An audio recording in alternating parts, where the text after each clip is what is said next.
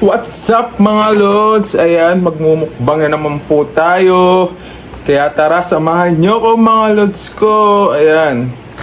Kaya may binili akong meron dito, may nagbigay sa akin ng Maki.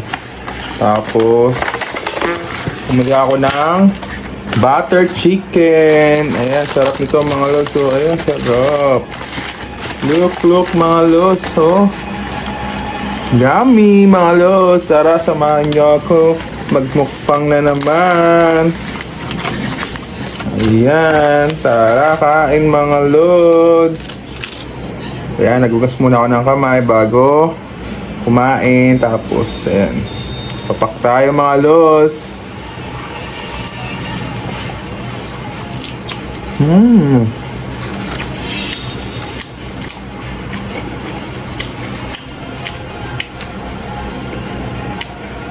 Hap.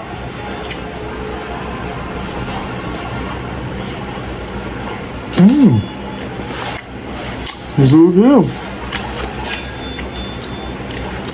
Lagi akong bumibili dito, lods. Mga lods sa ano na to. Dito sa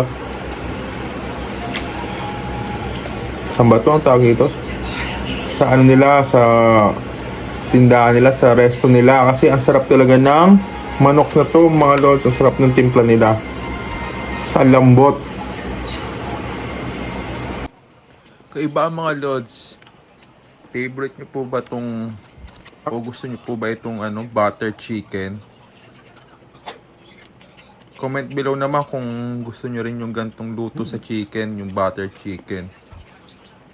Ako nagustuhan ko talaga kaya lagi akong bumibili dito. Kasi ang sarap na pagkakaluto, crunchy yung balat, sa juicy yung manok. Kaya ayan, sarap na sarap ako.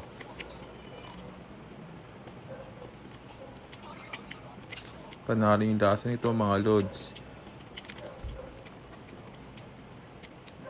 So ayan, kumain pa ng Maki. Wow, yun o, yun pa yung balat. Balat is life.